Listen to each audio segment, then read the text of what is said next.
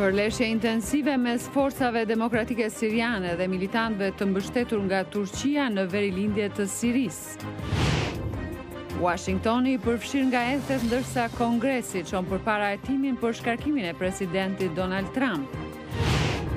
Vendet e ASEANit premtojnë të jenë të bashkuara përballë luftës tregtare të filluar nga presidenti Donald Trump.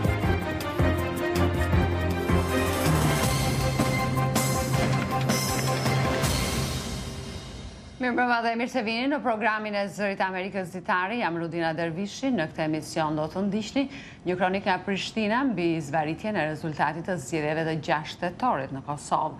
Artisti i njohur shqiptar Avni Delvina çelësot një ekspozit në Tiranë për të shprehur revoltën ndaj cënimit të institucioneve demokratike dhe planeve për të shembur teatrin historik kombëtar. Do të ndiqni gjithashtu një intervistë me 2 të mbijetuara shqiptaro-amerikane të kancerit të gjirit.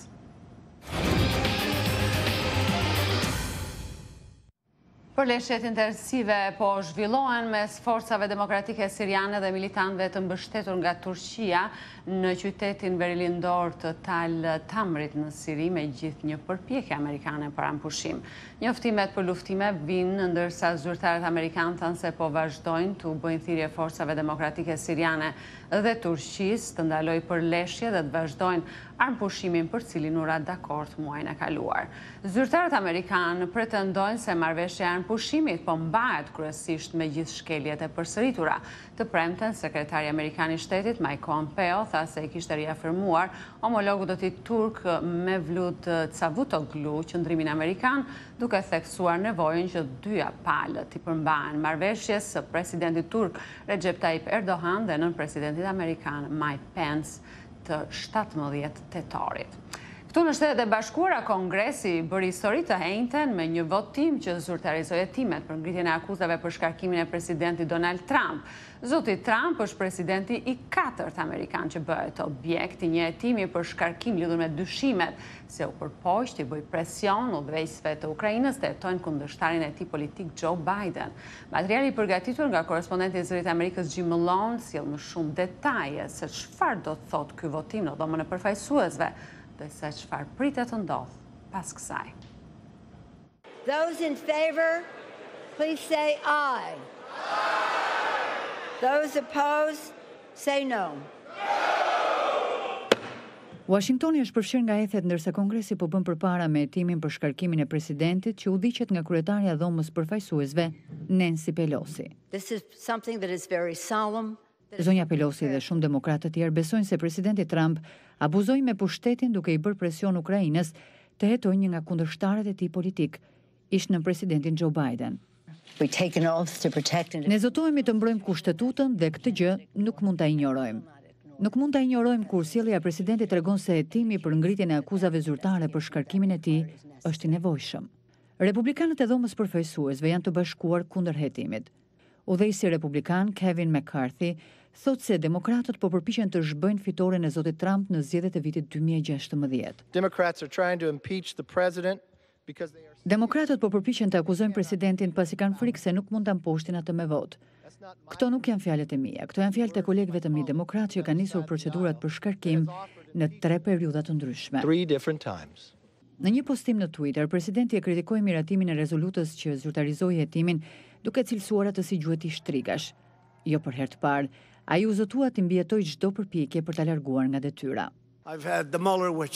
Kam kaluar gjuetinë e shtrigave të Müllerit, atë që lidhe me hetimin mbi Rusinë. Kam një gjueti shtrigash çdo javë. Ndonjëherë mendoj cila është gjuetia e shtrigave këtë javë. Ata nuk na mundin dot në kutinë e votimit, ndaj përpiqen të na mundin me metoda të vjetra që nuk janë as pak serioze. Ata janë një grup njerëzish të poshtër. Votimi më i fundit në dhomën e përfaqësuesve jep një shtys procesit të hetimit, thot gazetarja e agjencisë Associated Press, Julie Pace. Ka të bëjë me rregullat që do të udhëheqin procesin në vazhdim, atë që lidhet me dëshmitë publike dhe asaj që publiku duhet të di rreth seancave dëgjimore me dyert të mbyllura. Vota në dhomën e përfaqësuesve nisi një kapitull të ri të rëndësishëm të hetimeve, thot analisti John Haddock. Një pjesë e arsyes për ta bërë këtë është transferimi i procesit në fazën tjetër, në fazën publike të tij, po gjithashtu për t'i bërë presion republikanëve që të mos kenë më argumenta kundër procedurës që është ndjekur për hetimin. por ky do të jetë një proces që mund të zvarritet për ca kohë, thot analisti John Fortier. In the House of Representatives, Në dhomën e përfaqësuesve ka të ngjarë që do të zgjasë për disa muaj, jemi vetëm në fillim të procesit të hetimit. Nëse do të ketë një gjykim në Senat dhe drejtuesi i majorancës në Senat tha se do të ketë nëse do të ngrihen zyrtarisht akuzat për shkarkimin e presidentit, ka të ngjarë që ky proces të zgjasë një muaj ose dy. Pra, kjo çështje mund të vazhdojë edhe gjatë vitit të ardhshëm. Një votim i dhomës përfaqësuesve për të ngritur zyrtarisht akuzat për shkarkimin e presidentit do të ishte i barazvlefshëm me një akt akuzë për shkelje të ligjit. Kjo do të çonte çështjen për gjykim në Senat, ku senatorët do të vendosnin për të larguar ose jo presidentin nga detyra. Seanca dëgjimore publike lidhur me hetimin pritet të fillojnë më vonë gjatë këtij muaji. Në zhvillime të tjera, këtu në Shtetet e Bashkuara, zjarfikësit po vazhdojnë të luftojnë me flakët në Kaliforni përfshi një vatër të re që po lëviz me shpejtësi në jug të këtij shteti. Zyrtarët thanë të premten se një vatër zjarri në veri të Los Angeles të shtrirë 3.700 hektar pas shpërthimit, me gjithë kushtet e miratmotit që ndihmuan zjarfikësit në të gjithë shtetin. Zyrtarët thanë se zjarri në qarkun Ventura detyroi zyrtarët evakuonin rreth 8.000 njerëz dhe thanë se zjarri shkatroi të paktën 2 struktura. Erat Santa Ana, të cilat fryn ajër të thatë nga shkretira, filluan të paksohen të premten, ndërkohë erat më tipike që fryn nga oqeani filluan të kthehen. Megjithatë, zjarfikësit thanë se shteti i Kalifornisë nuk është jashtë rrezikut, duke vërejtur se ndryshimi i erave ekspozon zona të reja nga kërcënimi i zjarrit. Vendet e Azisë juglindore duhet të jenë bashkuara përballë luftës tregtare të filluar nga presidenti Donald Trump, tha sot kryeministri i Malajzisë në hapjet punimeve të samitit rajonal që po mbahet në Bangkok të Tajlandës. Kryeministri i Malajzisë, Mahathir Mohamad, vuri në shënjesër presidentin amerikan duke thënë se disa vende nuk mund të ndalojnë që ekonomia të zhvillohet dhe të bëhet shumë palçe. So that is why now we see popular. Po shohim rritjen e populizmit në Evropë dhe në Amerikë. Flitet për kufizimin e tregtisë, luftra tregtare dhe rritjen e taksave për importet. Kjo nuk do të zgjasë shumë, sepse do ta kuptojnë se po të shkëpusin veten nga tregjet e reja, ata do të humbasin shumë. Ata në të vërtetë nuk mund të ndalojnë tregtinë nga zgjerimi dhe shumanshmëria me teknologjitë e reja në zbatim. Të veprojmë një lloj sikurse vepron zoti Trump, një njeri jo shumë i mirë, por ai bën këto gjëra dhe ne mund të mësojmë edhe nga njerëz që nuk janë shumë të mirë, tha 94 vjeçari Mahathir. Go against Malaysia. Ai po i referoi veprimeve të administratës së presidentit Trump për rritjen e tarifave ndaj importeve kineze me synimin për uljen e deficitit tregtar amerikan. Megjithatë, udhëheqësit e 10 shteteve të shoqatës së vendeve të Azisë Juglindore, shkurtimisht ASEAN, nuk treguan shenja për arritjen e një marrëveshje të planifikuar tregtare, të mbështetur nga Kina dhe që mund të krijojë zonën më të madhe të tregtisë së lirë në botë. Vendet e Azisë Juglindore, të varura nga eksportet dhe të prekura nga lufta tregtare, po përballen me një rritje ekonomike që pritet të ngadalësohet në nivelin më të ulët në 5 vite. Ato po ashtu janë të shqetësuar rreth të ndikimit kinez në rajonin me një popullat 620 milionëshe, që është më pak se gjysmë e popullsisë së Kinës. Lidhur me çështjet që kanë të bëjnë me zhvillimet në Azinë Juglindore, grupet e të drejtave të njerëzit kanë thënë se nuk presin që vendet e ASEANit të bëjnë shumë për të trajtuar probleme të tilla si refugjatët Rohingya apo autoritarizmin në rritjen e disa vende anëtare.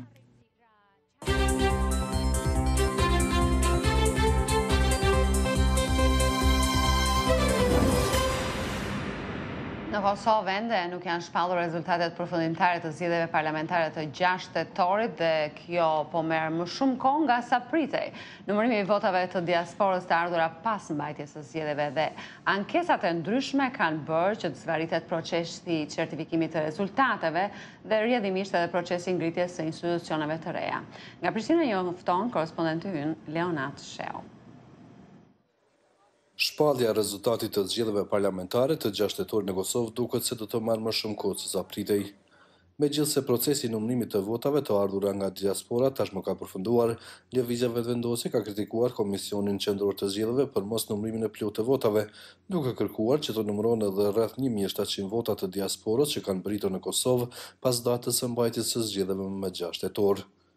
Lëvizja vetëvendosje thotë se vendimi i gjykatës së lartë të Kosovës, e cila gjatë javës me një vendim i dha të drejtë ankesës së tyre, duhet të zbatohet për të gjitha flet votime që kanë ardhur nga diaspora, ndërsa ka lënë të hapur mundësinë që t'i drejtohet sërish gjykatës së lartë të Kosovës.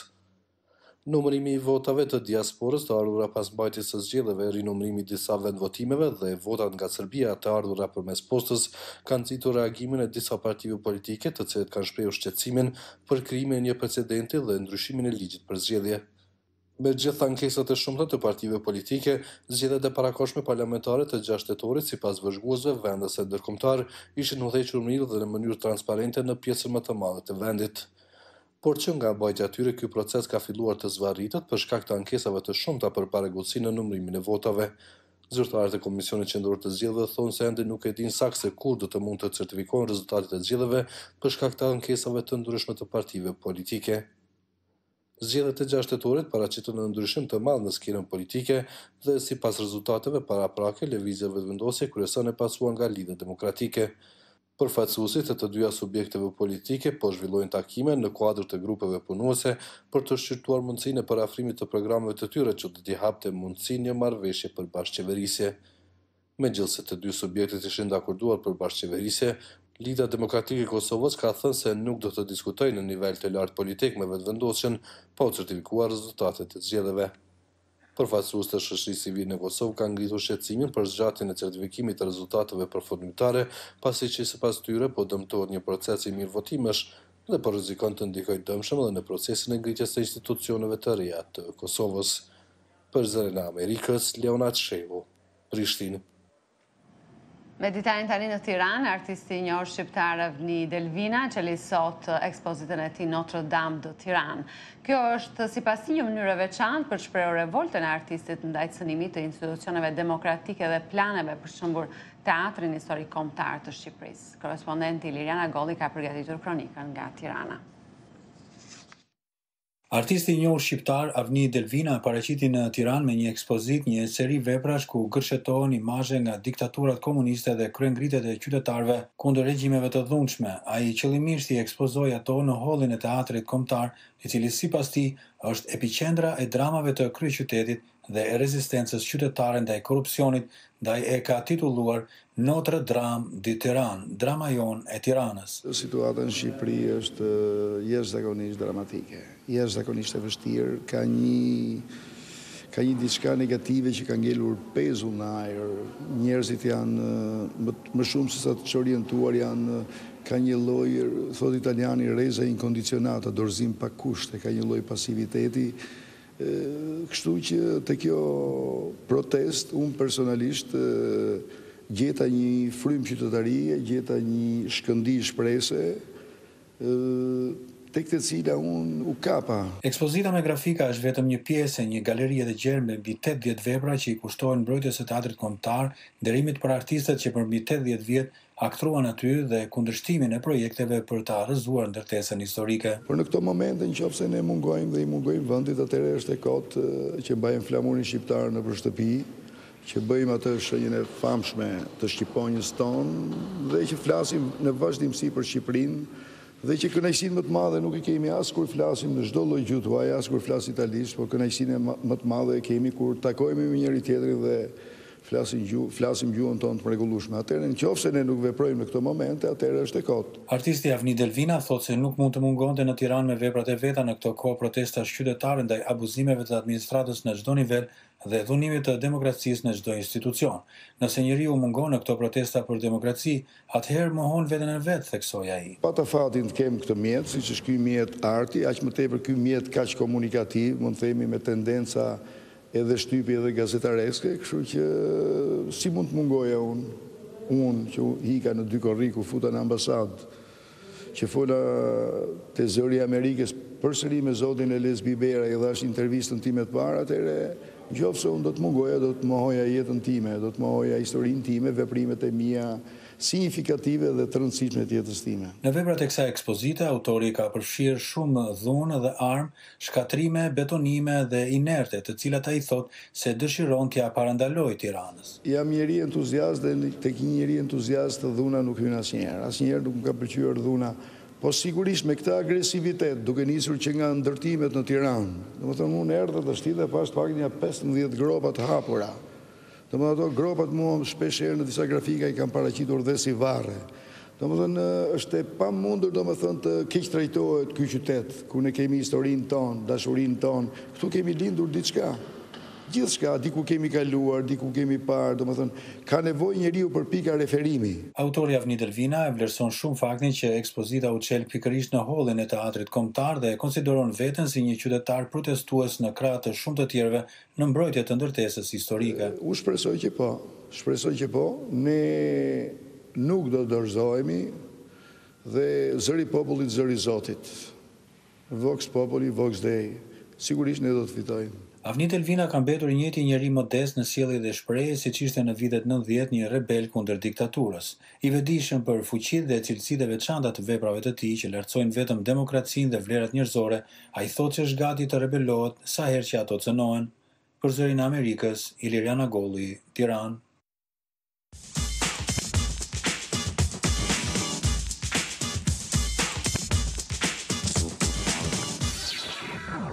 Tetori ishte muaj ndërgjegjësimit për kancerin e gjirit dhe në këtë kuadër, një organizatë e re shqiptaro-amerikane për mbështetjen e të sëmurëve me kancer këtu në Shtetet e Bashkuara po mban një aktivitet sot në Boston. Kolegja Keda Kostreci bisedoi këtë javë me dy anëtarë të kësaj organizate të mbijetura nga kanceri i gjirit, Vjolca Avrami dhe mjeken Albana Bufi Mihali, të cilat folën nga Bostoni.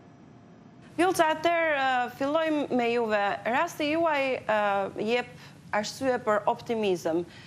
Keni 7 vjet që jeni pa kancer pasi e kapët në një fazë të hershme, në fazën e dytë, dhe desha t'ju pyesja si ndjeheni kur mendoni që historia juaj ishte një histori suksesi në fund të fundit?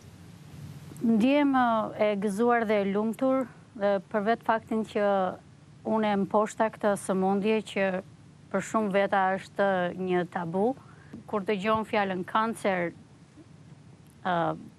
gjithçka të duket shumë e frikshme dhe në moment kur doktoresha konfirmoi dhe më tha që aty keni konstatuam kancer, të them të drejtën nuk e dhash veten dhe mendova që me fjalën që më tha dhe doktori është në fazat e hershme dhe do ta kalosh me sukses. Mora një farë guximi dhe një farë kurajo që të thoja po, unë do ta kaloj, do ta mposh këtë sëmundje sepse është diçka që e kapa shumë herë dhe jam e re në moshë, kështu që do ta luftoj me të gjitha forcat e mia që ta mposh këtë sëmundje. Ne ashtu ndodhi në fakt. Emocionet ishin gjatë gjithë rrugës, gjatë gjithë trajtimeve që kalova, emocionet ishin të ndryshme, herë kishte gëzim, herë hidhërim, herë edhe mund të qaja, por asnjëherë në sy të familjes. Megjithatë ato dëshpërimi, momentet e dëshpërimit ishin shumë herë më të vogla se sa momentet kur unë ndjesha efort dhe mendimet që unë do ta kaloj këtë si sëmundje dhe do dalë me shumë sukses. Doktoresha Albana, në fakt, rasti Vjolcës nuk është i veçuar dhe dekadën e fundit ka rënë numri i vdekjeve pra nga kanceri i gjirit. Cilat janë disa nga faktorët kryesorë që kanë ndikuar tek kjo rënje? Të paktën që nga viti 1980 deri në vitin 2015 është vënë re një ulje e vdekshmërisë 40%. Dhe kjo është shpjeguar së pari me diagnostikimin e hershëm. Diagnostikimi i hershëm vjen sipas së pari popullatës e cila është e informuar. Pacientët tanë tani janë më të informuar dhe ata janë pjesë e vendimarrjes mjek-pacient. Së dyti, teknikat e diagnostikimit janë më të sofistikuara dhe së fundi, metodat e trajtimit. Ato në vitet e fundit është vënë re që janë në treg më shumë barna për të trajtuar dhe teknikat e trajtimit janë perfeksionuara. Cili do të ishte mesazhi juaj si mjek e përgjithshme për audiencën tonë, për nevojën jo vetëm e vetë diagnostikimit, por edhe për të pasur kujdes për të vizituar në mënyrë të rregullt, në mënyrë të kujdesshme pra për të zbuluar raste të tilla sa më herët që t'jetë e mundur? Është shumë e rëndësishme që pacientët tanë të diskutojnë me mjekun e tyre primar, Të gjithë ne, si individ, secili nga ne, si individ, kemi një risk të caktuar për të zhvilluar kancer gjiri. Dhe në varësi të rrezikshmërisë bëhet plani i parandalimit. Vjollca, desha të flisim pak për një temë pak delikate. Në kulturën shqiptare akoma ekziston stigma që kancerit as nuk i përmendet emri, pra është e vështirë për të folur për kancerin. Dhe në këtë kuptim është edhe më kuptim plote prania juaj sot këtu. Çfarë do t'i thonit atyre që grave dhe të tjerëve pacientëve me kancer që ka vuajtur ose vazhdojnë ta vuajnë në heshtje këtë sëmundje? Secili person e përjeton sëmundje në mënyra të ndryshme, por do të thoja që asnjëherë nuk duhet të trembesh. Doktoresh Albana, desha të pyes për ato raste që nuk janë aq fatlume dhe optimiste si rasti i Vjollcës, dhe ne dim që disa raste kapen me vonesë apo janë kancer agresiv. Çfarë duhet ju themi këtij lloj grupi pra pacientësh? Janë më se 50 barna dhe studimesh që janë duke u zhvilluar në të njëjtën kohë për këtë grup pacientësh. Këto barna të reja, këto teknika të reja trajtimi kanë si qëllim të rrisin jetëgjatësinë dhe të përmirësojnë cilësinë e jetës. Kështu që duhet ta shikojmë që ka shpresë edhe në këtë grup popullate. Vetëm së fundmi është krijuar një organizat që quhet Shqiptarët që luftojnë kancerin dhe ju jeni angazhuar në këtë organizat. Cili ishte objektivi, cili ishte synimi i krijimit dhe çfarë platforme ka ky grup? Ky është një mesazh shumë i fortë për komunitetin. Pra, komuniteti jon është ndërgjegjësuar dhe ka arritur në një nivel të tillë që mund të marrë hapa të tilla të rëndësishëm. Kështu që ne bëm një aktivitet, jo më larg se sa shtatori 2019-s, kur kishim të ftuar mjek të nderuar, të cilët punojnë dhe jetojnë në Amerikë dhe janë shqiptaro-amerikan. Gjëja kryesore, çfarë duam ne nëpërmjet kësaj shoqate, çfarë duam ne, cilat janë pikësunimet tona, siç edhe ti përmende. E para është sensibilizimi. E dyta, të cilët ne duam është synim, është krijimi i një komuniteti ku ne mund të ndajmë eksperiencat tona, të ndihmojmë njëri tjetrin, të suportim dhe të gëzojmë suksesin e pacientëve tanë. Doktoresh Albana dhe Vjollca, ju keni diçka të përbashkët që ne se përmendëm më parë në këtë intervistë. Ju të dyja jeni të mbijetuarat të kancerit, ndonse jo të dyja të kancerit të gjirit. Duke pasur këtë element pra të përbashkët, duke pasur këtë përkushtim në luftën kundër kancerit dhe ndërgjegjësimin e komunitetit, desha t'ju pyesja se cili është mesazhi juaj për audiencën tonë? Vjollca, së pari me ju. Mesazhi im për audiencën shqiptare do të jetë kjo që asnjëherë mos mendoni të keqen për veten tuaj, gjithmonë bëni vizitat të rregullta me mjekun, qoftë mamograma, qoftë analizat e gjakut, dhe asnjëherë mos bini në dëshpërim. Kjo është diçka që mua më ndihmoi në luftën time kundra kancerit të gjoksit. Doktoresh Albana? Vërtet unë kam një eksperiencë me kancer dhe të cilën e kam u diagnostikova në 2008-ën. Successfully, unë u trajtova dhe quhem cancer free right now. Po do ju them një gjë shumë të bukur. Në momentin që isha duke punuar një nga pacientët e mi që kishte shtruar në Shqipëri për chest pain, ajo sapo ishte diagnostikuar me të njëjtën cancer që unë sapo u diagnostikova. Kjo më dha shumë forcë, më dha nuk ti ta shpjegoj, më thënë, unë nuk kisha frikë. Nuk kisha frikë dhe mendova që ky është momenti që do bëjnë një ndryshim rrënjësor në jetën time. Do të doja të thosha të gjitha femrave që në këto moment janë të diagnostikuara me kancer, çfarë lloji qoftë ai, jo vetëm breast cancer. bëhuni të forta, diskutojeni, çdo gjë që ju po kaloni tani me njerëzit tuaj më të dashur, me shok, me miq, me familjar, keni nevojë për mbështetje, keni nevojë për suport, jo vetëm emocional, por dhe shoqëror. Është shumë mirë për ju të ndani emocionet tuaja, të ndani se si ndiheni, sepse ka shumë njerëz rreth jush që mund t'ju ndihmojnë dhe mund t'ua bëjnë më të lehtë të kaloni këto momente të vështira për ju. Doktoresha Albana Vjollca, ju falenderit shumë për këtë bisedë.